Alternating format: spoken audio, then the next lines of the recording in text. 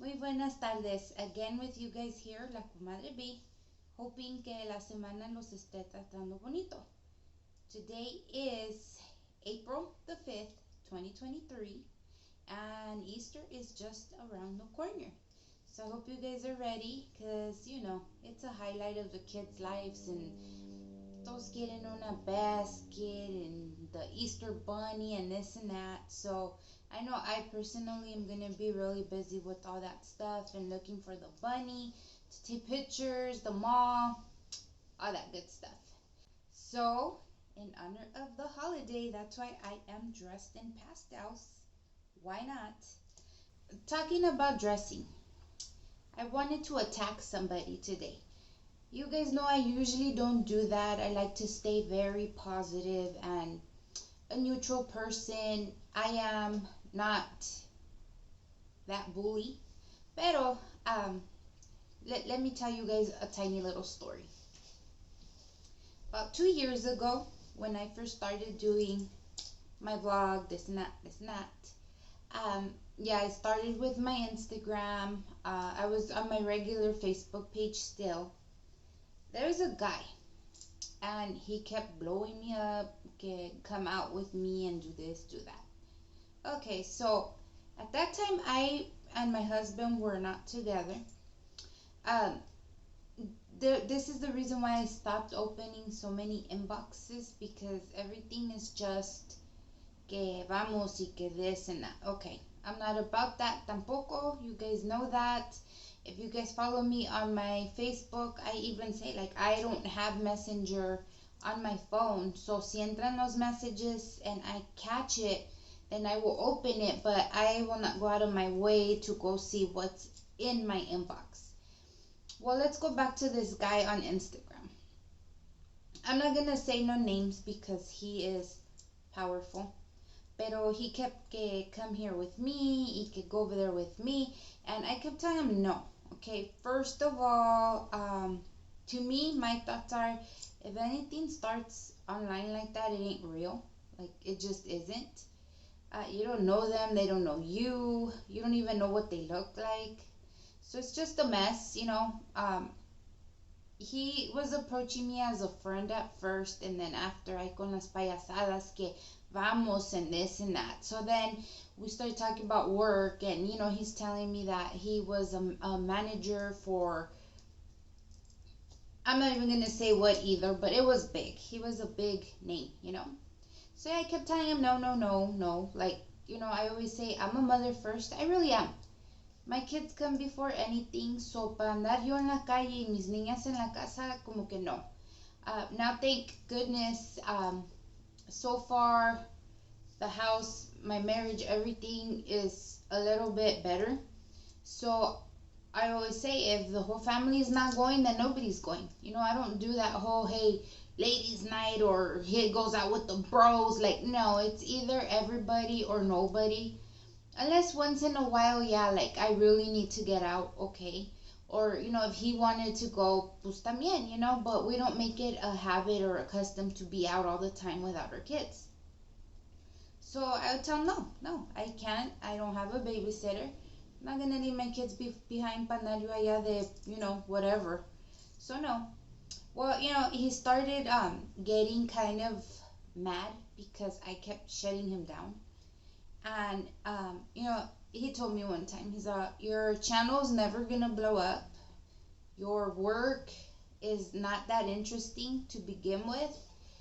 And you're just nothing to really sit here and want to watch. He says, you should try to, like, get more naked for the camera, and I bet you'll have a chance. So I got really mad, because first of all, what's the point of talking about history? What's the point of, like, back then, talking about, the things I always talk about? I don't see the point of me being naked personally. On top of that, I'm not the type of person that shows anything anyways, as you guys can see. Y pues sí, don't take me wrong, okay? There is a line of, like, say, work that you do, the line of, whatever you're into, it's absolutely fine if that's you. Me personally, no. Like I told him, I said, look, my mom watches my videos. She don't need to see me naked. My husband's family tunes in. If his grandma watches, she don't need to see me naked. I said, and on top of that, shame on you. I said, um, he was an older man. He was in his late 40s. He had a daughter that he had in college, and he kept bragging about the way both his daughters were always on vacation, que esto y que el otro. I said, good for you. And he's like, you're stupid. I'm promising you the world and you don't want it. I said, no. I said, first of all, I can work. I'm capable. Second of all, you're a perfect stranger to me. I said, so why would I sit here and take your word for it? I said, I'm good. And when he was telling me all this about, my channel, that I'm never going to blow up, that nobody's going to follow me. Yeah, but then I didn't have followers on Instagram. I only had maybe like 200, 300.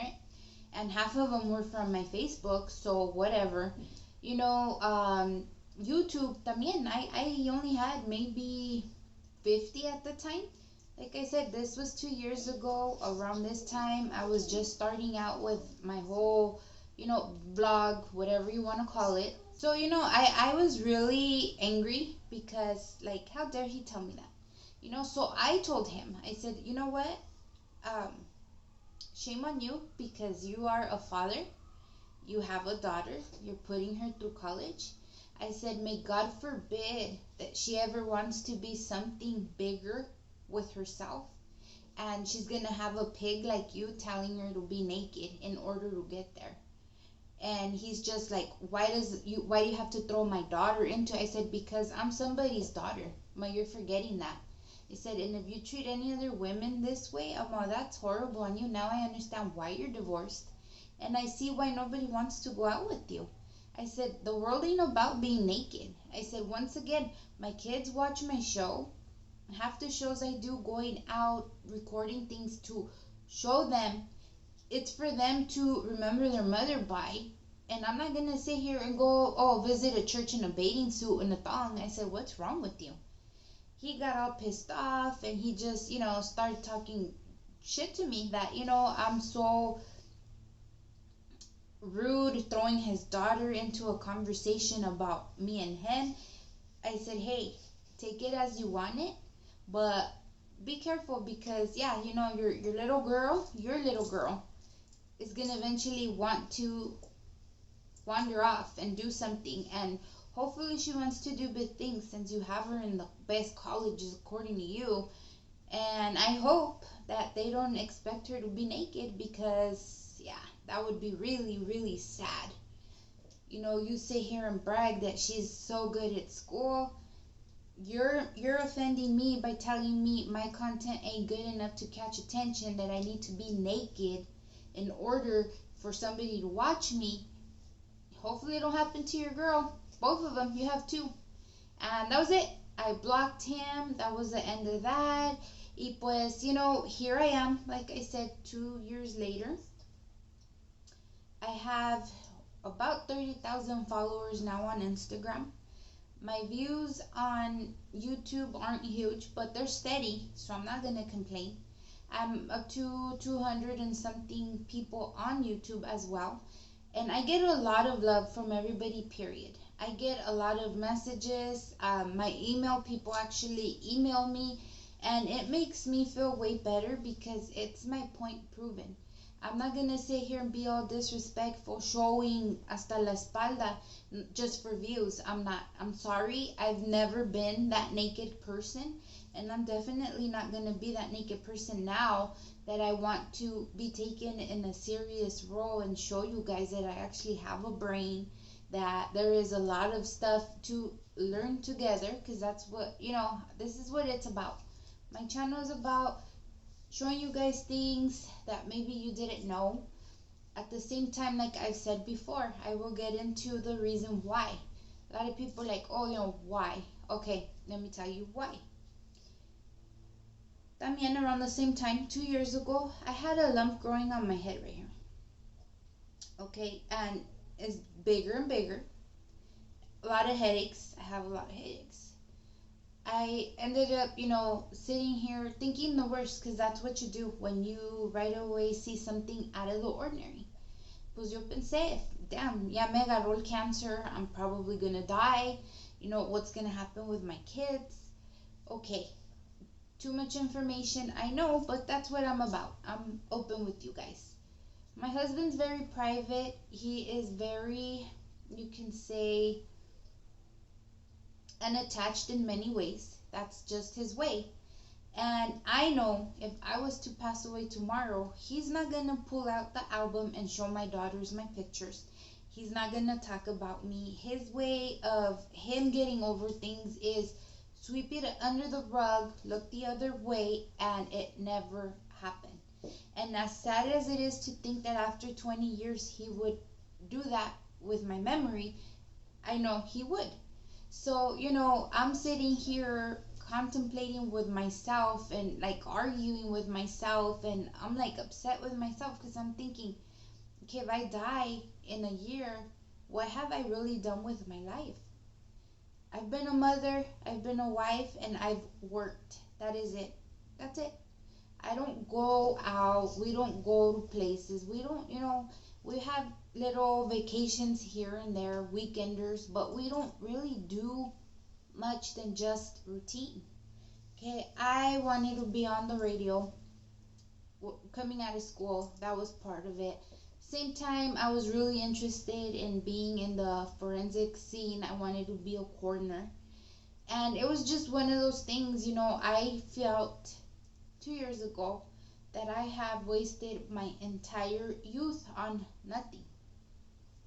I just decided one day I'm gonna take my kids and I am gonna see what is in the corner. What is in the corner? A bunch of things. There's things in every corner, every crack, every crevice. There's so much history everywhere. You just need to give it a little bit of your time and go check it out. What started as curiosity for me, because yo soy bien chismosa. Yo miro algo, I go back, and I need to know what it is. I don't give a crap if it's a little crack on the floor. I want to know why it's so big, why it's so long, why it's just here, why it doesn't start from there. I need to know. That's why my saying, I gotta know how that chisme rolls comes, because I need to know.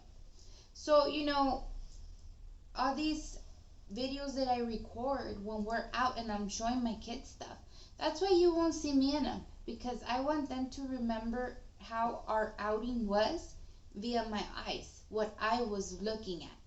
You know what I mean? I just wanted to clarify that, because a lot of people are like, well, you're not in the video. I don't need to be. Those videos are for my kids to see, for my kids to remember what I was looking at, where my focus was at. That's why you will never see me on the videos when we're out. You will see a picture of me next to whatever it is we went to look at, but that's just for me because I was there. Like I said, back then, I'm sitting here thinking, this lump is growing. I'm probably going to die. If I don't die, we got to always be on the positive side. What if I get some kind of dementia where I can't remember anything? At least I have pictures to look at. You always have to think about the worst case scenario, but have wishful thinking. At least to me, that's the way I see it. And that's it, guys. I wanted to just share that with you. Like I said, I'm not, oh my God, so famous. Pero I have a steady flow. All the comments that I get and like emails, messages, those are the ones that warm my heart.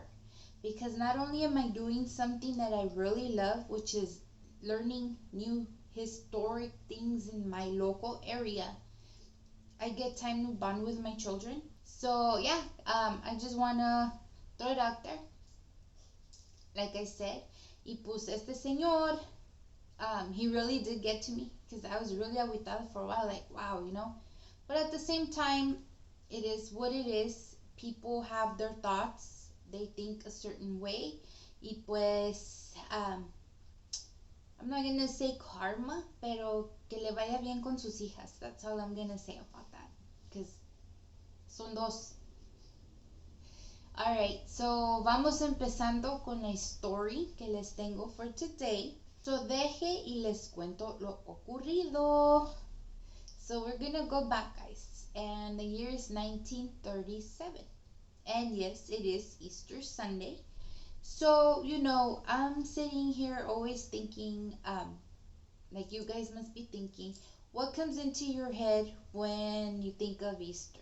You think of, first, if you have kids, obviously, el conejito. ¿Qué va a traer el conejo? Then you think about how to make the activity nice enough if you get with family and there's a bunch of kids. I always call it the shindig. Siempre se juntan los niños y que los huevitos, this and that. We sit there and fill the eggs, put a couple bucks in some of them. The kids get lucky. Us personally in our family, we put together, the adults, a few bucks. Cada quien como una cooperacha. And whichever kid finds the most eggs wins the jackpot. That's what we do. So, I'm sitting here, okay, church, there's church because it is a religious holiday. You think about your mom, at least I do, like, okay, I'm gonna go see my mom. Let's see, what should we bring?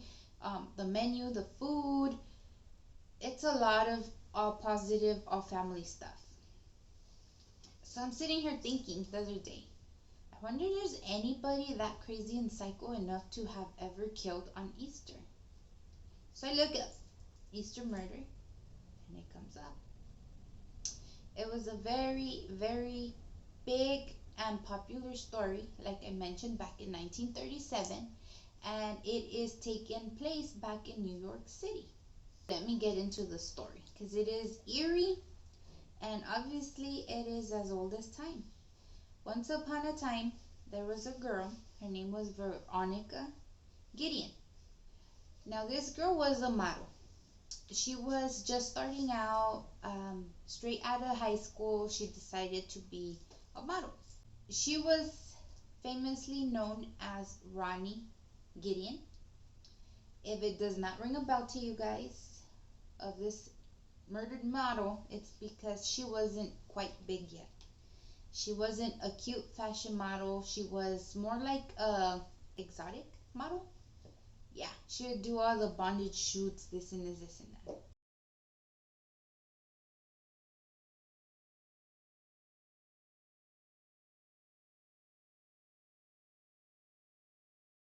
Okay, so she's 20 years old. She lives with her mother in New York City, like I mentioned.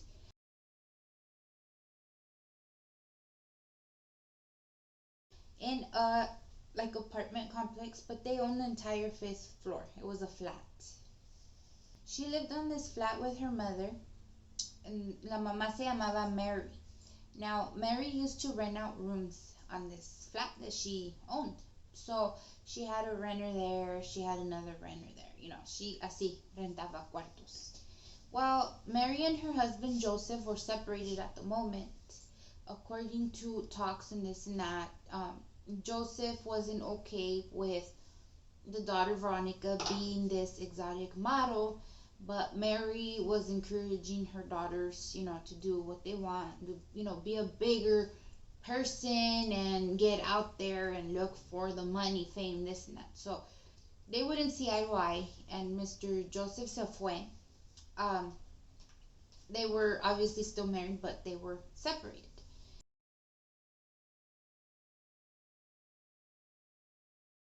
So Joseph, yeah, he didn't live there with them. He lived elsewhere. He's doing his thing. Okay, so going back to the whole living situation. Like I said, they had the fifth floor. Vivia Mary, Vivia Veronica. They had a tenant in one of the rooms. His name was Frank Burns. Now, Frank Burns was a nice, quiet guy. He was actually a bartender. He worked at a bar that was a couple blocks down the street, but he was deaf. So they didn't have problems with him at all. He was, like I said, obviously a quiet guy, kept to himself. He was there just to sleep and go to work. He was good. Mary's older daughter, Ethel, lived there. She was married, so they were staying there for a while, her and her husband.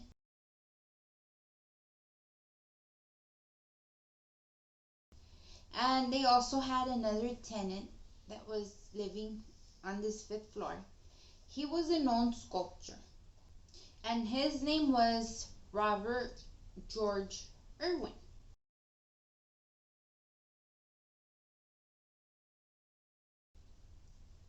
Okay, why am I telling you guys this? It's all gonna make sense. Believe me. Give me 1 second. We will get to it. I promise. Now, this guy, Robert, was a weirdo. He made people feel real uneasy, this and that kind of stuff. He's like always just viendo si fisgón, bobo, all that stuff, right? Okay, so this building was located on 316 East 50th Street. See, this neighborhood was known as the Beekman Place. That's what the building was called, and it was in the Turtle Bay neighborhood. Okay, well, let's talk about what happened. Obviously, this building had a lot of stories to it. We're going to focus on the 5th floor and a quick situation from the 6th floor.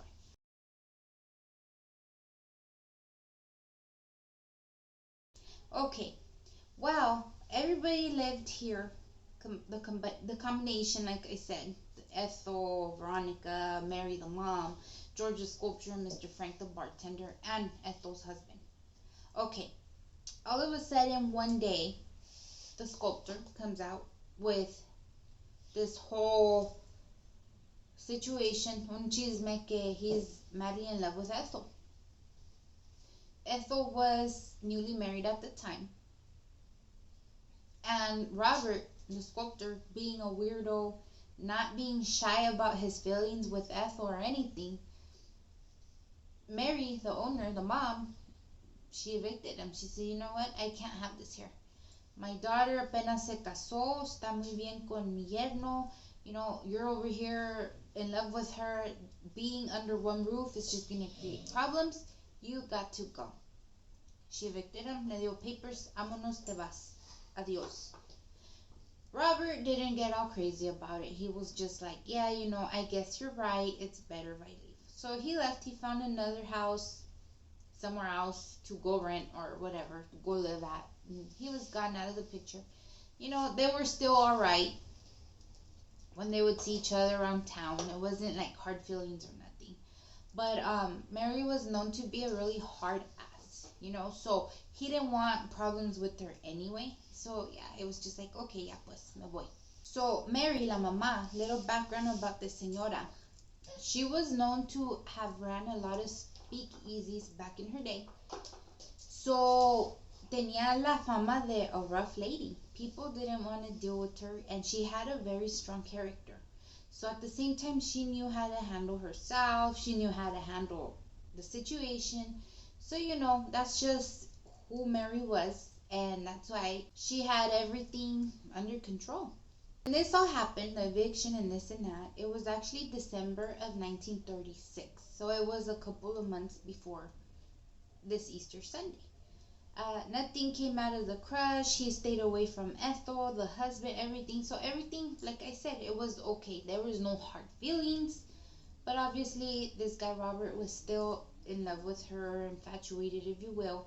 Pero pues no le quedó de otra que, whatever, look the other way and try to get over it. Forward time now. It is Sunday, March 28th, 1937. So, yes, you guessed it. Easter came a tad bit early this year. And there it is, Easter Sunday. Mr. Joseph comes to the house to visit, because it's the holiday.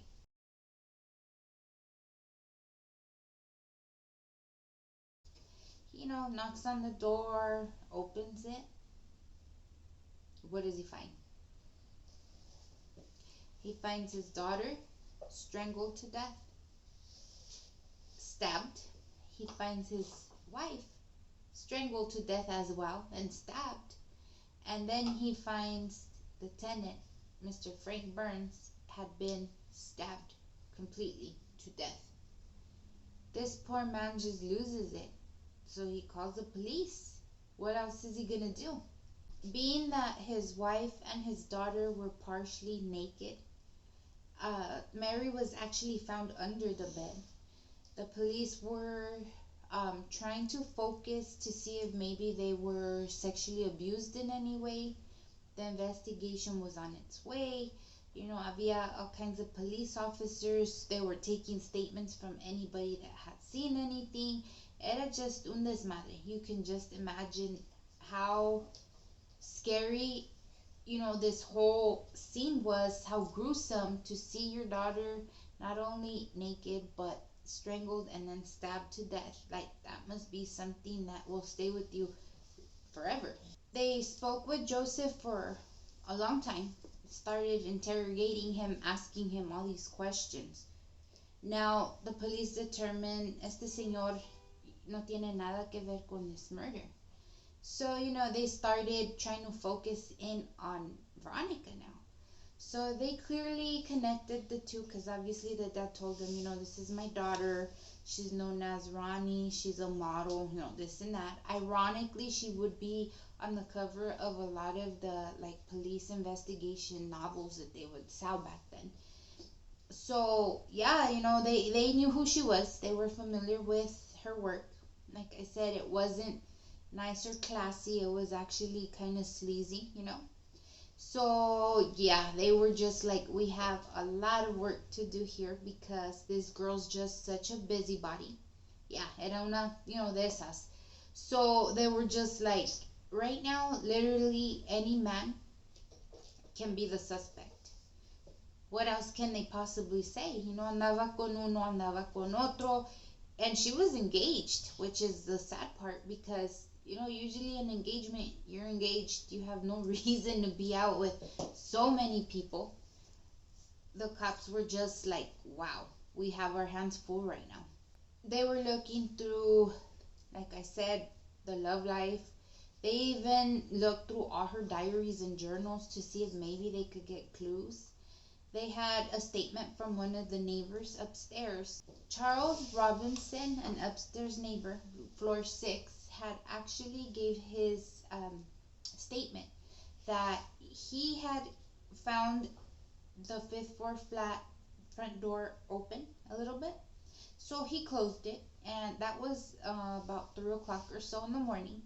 And he had heard Veronica come in about 15 minutes later, stumbling on the walls, I guess, all loud and stuff. Andaba bien borracha. She would do this often, so it wasn't like all suspicious, like what's going on. It was just, whatever. Maybe something happened, the door swung open, he closed it, whatever. Now the next day, when all this relajo is going on, they asked Mr. Robinson, hey, what did you see? What did you hear? So, he says, I closed the door and then she walked in after. So obviously whoever killed everybody had either came in after Veronica got home, came in with Veronica. They didn't know. But the thing is, all the 3 people that lived in this house were dead. The neighborhood newspaper, the Eagle paper, that's what it was called. They even had this story on their cover, and they blamed Veronica for this. Dijeron que, thanks to her, this had happened, that she should have been more particular with her boyfriends.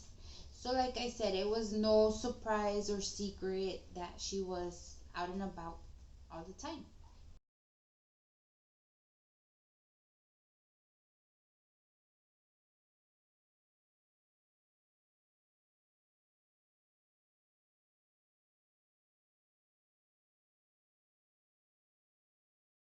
Now they had found in the apartment a tiny sculpture made out of a bar of soap. So at first they suspected that it was possibly the driver that would take Veronica to and from her shoots, her photo shoots.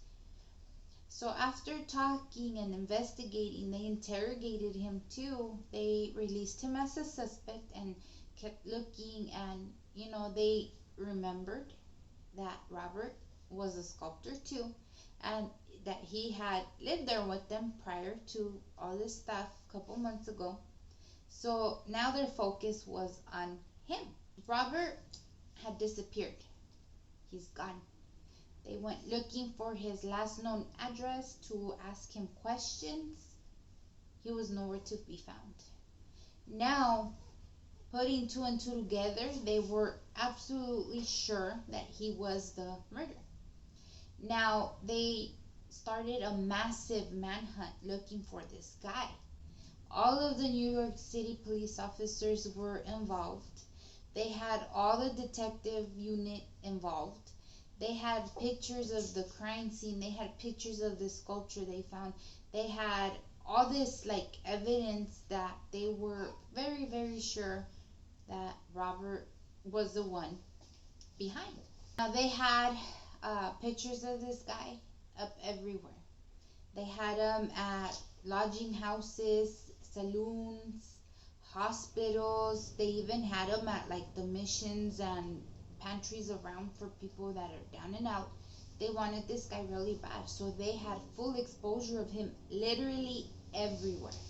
This manhunt was now like big.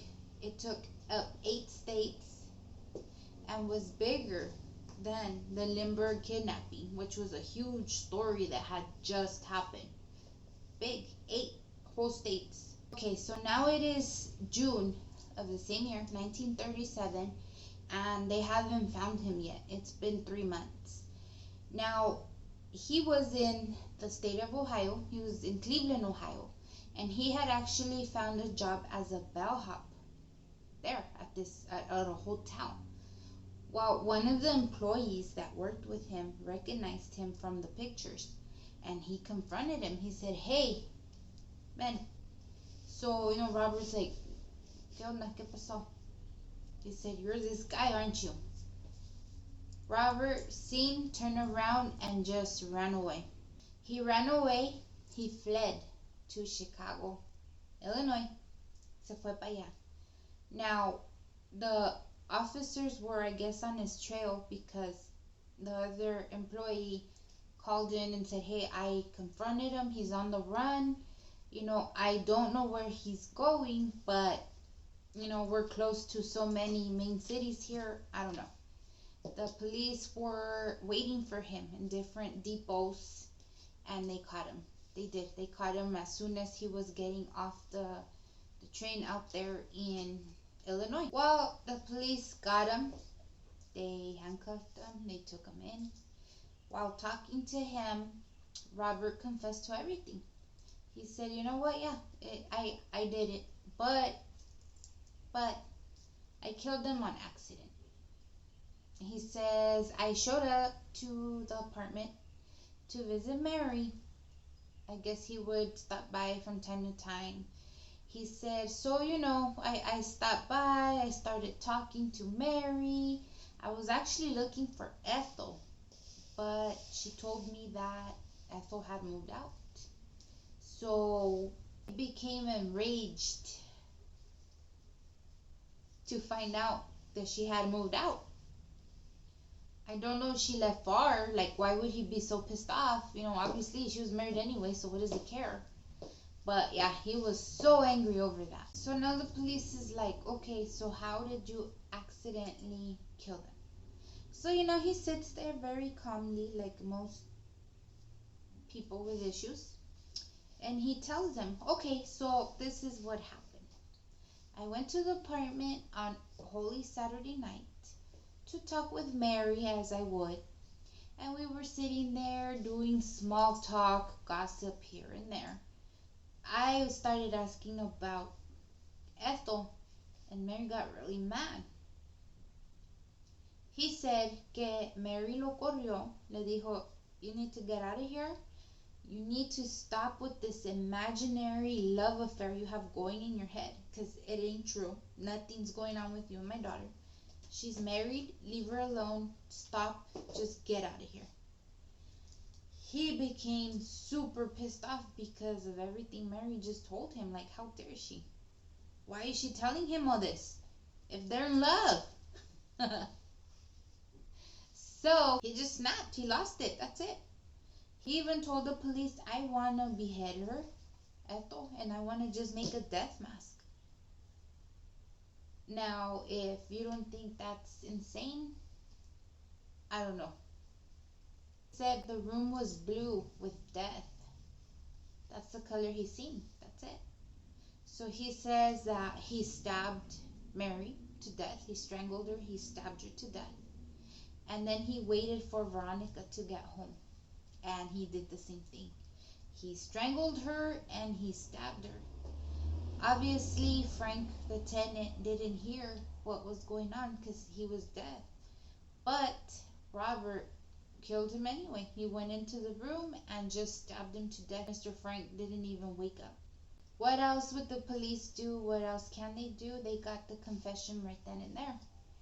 He was later sentenced to 139 years for the murders of these 3 people.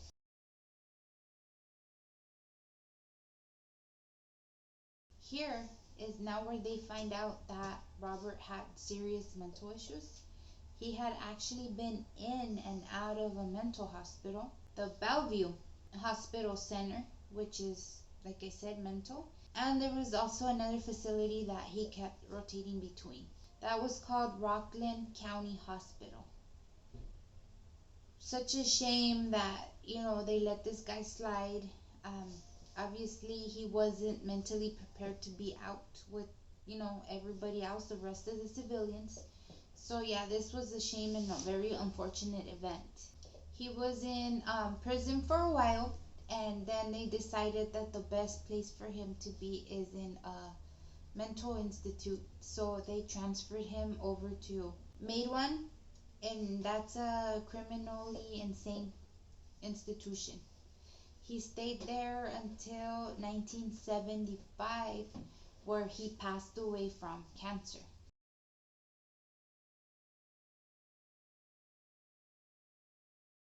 Yeah, it was not a good death for this poor guy. I say poor porque he had a mental, situation here. And yeah, that's one of the things that, like I said, was unfortunate. Might he have gotten the help, or might he have been where he needed to be, maybe this wouldn't have happened. But yeah, that is the story I have for you guys. Once again, this was a huge tragedy. Ran across 8 states, was on the front of the papers literally every week. And this tale is known as Who Killed the Pretty East Side Model, 1937, and another aka Easter Sunday Murder, New York City.